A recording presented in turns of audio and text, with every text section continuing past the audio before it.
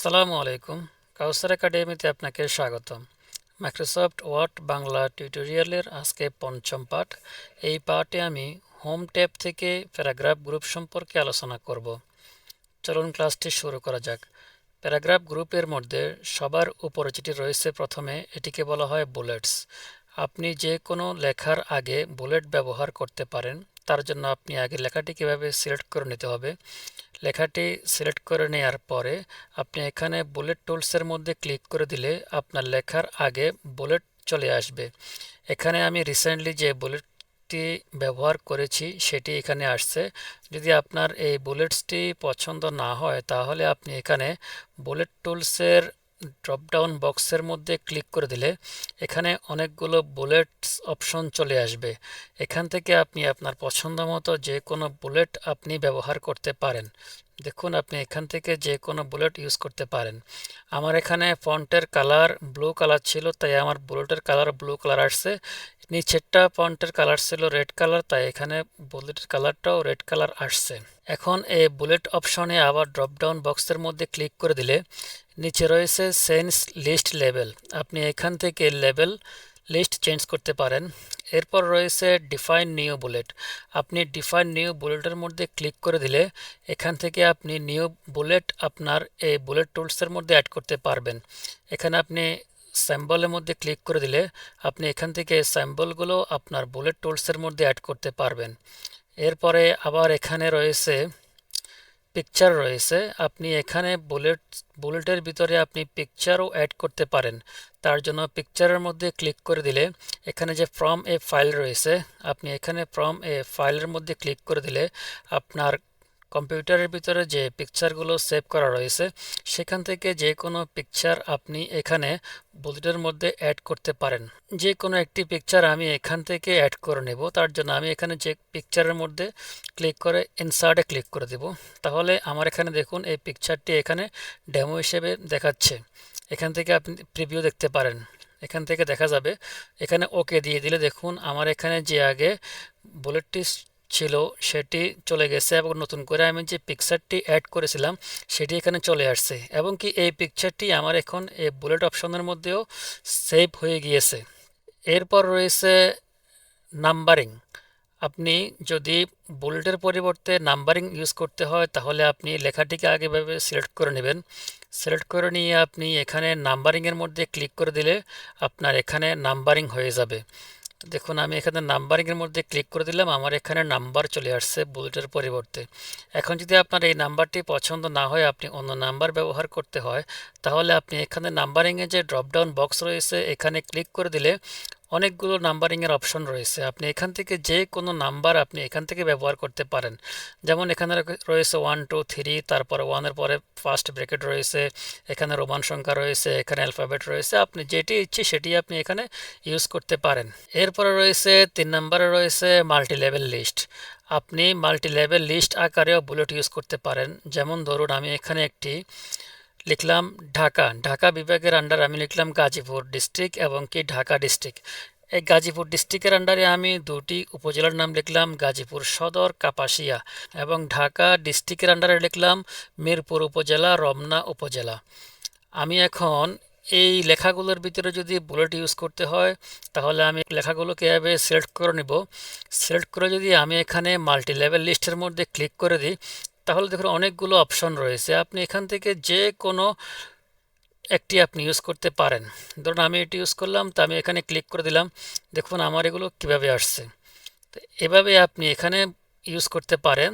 তারপরে যদি আপনার পছন্দ না হয় তাহলে আপনি এখানে গিয়েও এগুলাকে আপনি চেঞ্জ করতে পারবেন এবং কি এখান থেকে change list level, define new multi level list যেটা আগে দেখাইছিলাম এভাবে আপনি চেঞ্জ করতে পারবেন।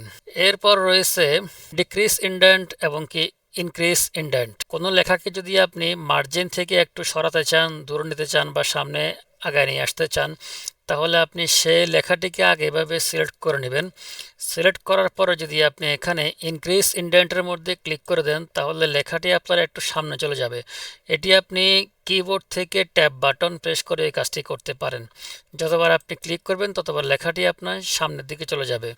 এরপর যদি আপনি লেখাটি আবার আগের জায়গায় নিয়ে আসতে চান কিংবা এক ট্যাপ করে পিছনে আনতে চান তাহলে আবার এখানে ক্লিক করে দিলে দেখুন এটি আবার আগের জায়গায় এক ট্যাপ করে পিছনের দিকে চলে আসতেছে।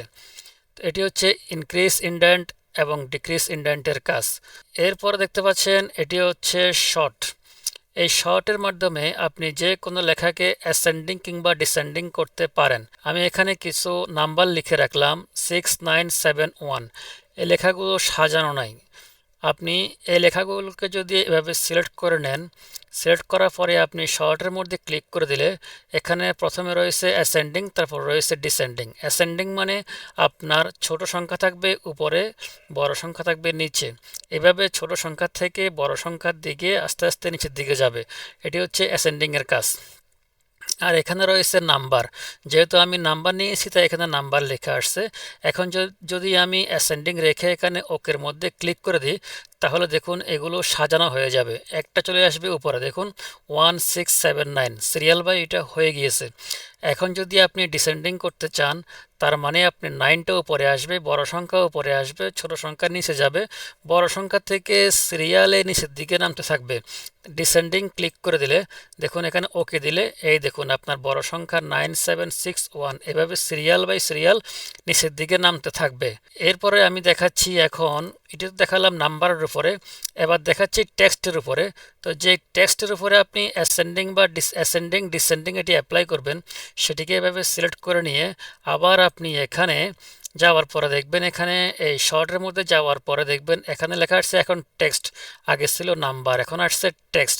এখন আপনার টেক্সটগুলোকে কি অ্যাসেন্ডিং করবেন না ডিসেন্ডিং করবেন? অ্যাসেন্ডিং করলে অ্যাসেন্ডিংয়ের মধ্যে ক্লিক করে দিয়ে ওকে দিয়ে দিলে দেখুন লেখাগুলো সাজানো হয়ে গেছে। প্রথমে আসছে এ, এরপরে ডব্লিউ। এখন যদি আপনি এগুলোকে ডিসেন্ডিং করেন, ঠিক এখানে গিয়ে আবার যদি আপনি ডিসেন্ডিংয়ের মধ্যে ক্লিক করে দেন, ওকে দিয়ে দেন, তাহলে দেখুন লেখাটি নিচের দিক থেকে উপরের দিক এভাবে আসছে। মানে শেষের সংখ্যা উপরে চলে গেছে, প্রথম সংখ্যার দিক নিচে চলে আসছে। তাহলে এখন বুঝতে পারলেন অ্যাসেন্ডিং এবং ডিসেন্ডিং এর কাজ। অ্যাসেন্ডিং এর কাজ হচ্ছে প্রথম থেকে শেষের দিকে আপনাকে সিরিয়াল বাই সিরিয়াল নিয়ে যাবে, আর ডিসেন্ডিং এর কাজ হচ্ছে শেষের থেকে প্রথম দিকে আপনাকে সিরিয়াল বাই সিরিয়াল নিয়ে আসবে। এ হলো অ্যাসেন্ডিং এবং ডিসেন্ডিং এর কাজ। এরপরে রয়েছে হাইট অ্যান্ড শো। এটিকে বলা হয় হাইট শো। এখানে কিছু জিনিস হাইড রয়েছে যা আপনি দেখতে পাচ্ছেন না। তো তা আপনি কীভাবে দেখবেন? যদি আপনি এই লেখাটিকে সিলেক্ট করেন কিংবা আপনি এখানে হাইড শো এর মধ্যে ক্লিক করে দেন, দেখুন এখানে আপনি কোথায় কোথায় এন্টার প্রেস করেছেন, কি করেছেন, এগুলো সবগুলো এখন দেখাচ্ছে। এখন যদি আপনার মনে হচ্ছে এখানে কোনো কিছু আপনাকে করতে বলছে কিন্তু আপনি করতে পারতেছেন না, কিংবা আপনি কোনোটা পেজ ডিলিট করতে পারতেছেন না, বা ব্যাক স্পেস দিয়ে আপনি ব্যাকে আসতে পারতেছেন না, তাহলে আপনি একবার হাইড শো এটি চেক করে নেবেন। তখন আপনি এগুলো এখান থেকে ডিলিট করতে পারবেন। আবার এখানে হাইড শো এখানে ক্লিক করে দিলে এটি চলে যাবে। এখন এটি হচ্ছে অ্যালাইন লেফট। এটি আপনি কিবোর্ড থেকে কন্ট্রোল এল বাটন প্রেস করলেও অ্যালাইন লেফট হয়ে যাবে। এবং যদি আপনি অ্যালাইন লেফট করতে হয় তাহলে আপনি আগে সেই লেখাটুকু এভাবে সিলেক্ট করে নেবেন। সিলেক্ট করে আপনি এখানে অ্যালাইন লেফট এখানে ক্লিক করে দিলে আপনার লেখাটি অ্যালাইন লেফটের মধ্যে চলে আসবে। লেফটের দিক সমান থাকবে, রাইট দিক এলোমেলো থাকবে। এরপর এটি হচ্ছে সেন্টার। আপনি এখানে কিবোর্ড থেকে কন্ট্রোল ই প্রেস করেও সেন্টার করতে পারেন।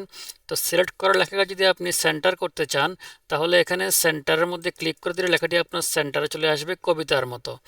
এরপরে 3 নম্বরে রয়েছে এটি অ্যালাইন রাইট। আপনি এখানে কিবোর্ড থেকে কন্ট্রোল আর প্রেস করেও অ্যালাইন রাইট করতে পারেন। অ্যালাইন রাইট করলে আপনার এখানে ডান দিক থেকে লেখাগুলো সমানভাবে আসবে, কিন্তু বাম দিকে লেখাগুলো এলোমেলো থাকবে। দেখুন অ্যালাইন রাইট করলে লেখাগুলো এমন দেখাবে। এরপর রয়েছে সবার শেষে রয়েছে জাস্টিফাই। এটি আপনি কিবোর্ড থেকে কন্ট্রোল জে প্রেস করেও জাস্টিফাই করতে পারেন। দেখুন আমি এখন জাস্টিফাইয়ের মধ্যে ক্লিক করে দিলে লেখাগুলো একবারে দেখুন মাঝখান বরাবর চলে আসছে। এদিকেও এলোমেলো নেই, এদিকেও এলোমেলো নেই, দুদিক থেকে লেখাগুলো সমান। দুদিক থেকে লেখাগুলো সমান করার জন্য আপনাকে জাস্টিফাইয়ের মধ্যে ক্লিক করে দিতে হবে। তবে একটা জিনিস খেয়াল রাখতে হবে, যে কোনো লেখাকে আপনি অ্যালাইন লেফট, রাইট, সেন্টার কিংবা জাস্টিফাই করতে হলে অবশ্যই আপনি আগে সেই লেখাটিকে সিলেক্ট করে নেবেন। এরপর রয়েছে লাইন অ্যান্ড প্যারাগ্রাফ স্পেসিং। কোনো লেখার ভিতরে, কোনো প্যারাগ্রাফের ভিতরে বা লাইনের ভিতরে যদি আপনি কতটুকু স্পেস রাখবেন তা আপনি এখান থেকে সিলেক্ট করতে পারেন। যে লেখার ভিতরে আপনি স্পেস ঠিক করবেন, আগে সেই লেখাটিকে সিলেক্ট করে নিয়ে এখানে ড্রপ ডাউন বক্সের মধ্যে ক্লিক করে দিলে এখানে সাইজ রয়েছে, আপনি 1.0, 1.5, 1.5, 2.0, 1.15, এখানে আপনার ইচ্ছা মতো আপনি এখান থেকে লাইনের মধ্যে গ্যাপ রাখতে পারেন। এরপরে রয়েছে লাইন স্পেসিং অপশন, আপনি এখানে ক্লিক করে দিলে বিভিন্ন প্রকার অপশন পাবেন, লাইন স্পেসিং অপশন। এরপর এটি হচ্ছে শেডিং। আপনি যদি কোনো লেখার ভিতরে শেডিং ইউজ করতে হয় তাহলে আপনি আগে সেই লেখাকে সিলেক্ট করে নেবেন। যেমন আমি এই লেখার পিছনে শেডিং ইউজ করলাম। যে লাইন লেখার ভিতরে আপনি শেডিং ইউজ করবেন আপনি সেই লেখাটি আগে সিলেক্ট করে নেবেন। ধরুন আমি এই প্যারাগ্রাফটি সিলেক্ট করে নিলাম। এখন আমি এটির পিছনে শেডিং ব্যবহার করব। তো শেডিংয়ের ভিতরে ক্লিক করে ড্রপ ডাউন বক্সের ভিতরে ক্লিক করে দিলে এখানে অনেকগুলো কালার রয়েছে। এখান থেকে আপনি যে কোনো কালার, আপনার পছন্দ মতো কালার আপনি এখানে ব্যবহার করতে পারবেন। এখানে অনেকগুলো শেডিং রয়েছে, আপনি এখান থেকে যে কোনো কালার নিতে পারেন। এবং কি যদি আপনার কোনো কালার পছন্দ না হয়, ধরুন আপনি এই কালার দিলেন, এখন আপনার কাছে ভালো লাগছে না, আপনি কালারটা চেঞ্জ করবেন, আপনি এখানে গিয়ে চেঞ্জ করতে পারেন। এবং কি এখানে নো কালার বক্সের মধ্যে ক্লিক করে দিলে আপনার এখান থেকে শেডিংটা চলে যাবে। আবার এখানে রয়েছে মোর কালার। আপনার যদি এখানে কালারগুলো পছন্দ না হয় তাহলে আপনি মোর কালার্স অপশনে গিয়েও আপনি এখান থেকে স্ট্যান্ডার্ড এবং কি কাস্টম, এখান থেকে আপনি কালার চয়েস করে ইউজ করতে পারেন। এটি হচ্ছে শেডিং এর কাজ। এরপর বাকি রয়েছে বর্ডার্স।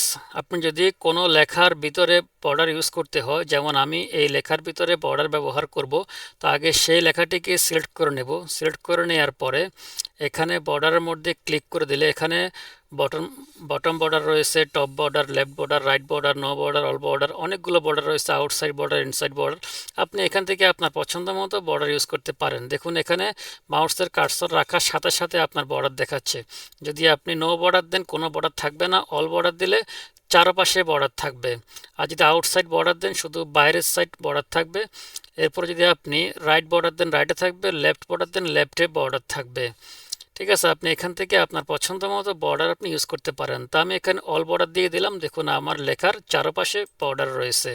এরপরে বাকি রয়েছে আমাদের এই বক্সটি। এই বক্সের মধ্যে ক্লিক করে দিলে এই যে কাজগুলো আমরা যখন করেছিলাম এই কাজগুলো আবার এখানে দেওয়া রয়েছে। এখানে অ্যালাইনমেন্ট লেফট রয়েছে লেখার, তারপরে গিয়ে লেখার ভিতরে কতটুকু সাইজ ফাঁকা রাখবেন এগুলো দেখাইছি, এগুলো এখানে আবার দেওয়া রয়েছে। তো ধন্যবাদ ভিউয়ার্স পুরো ক্লাসটি দেখার জন্য। ইনশাল্লাহ পরবর্তী ক্লাসে আমি হোম ট্যাব থেকে স্টাইলস এই গ্রুপ নিয়ে আলোচনা করব। আসসালামু আলাইকুম।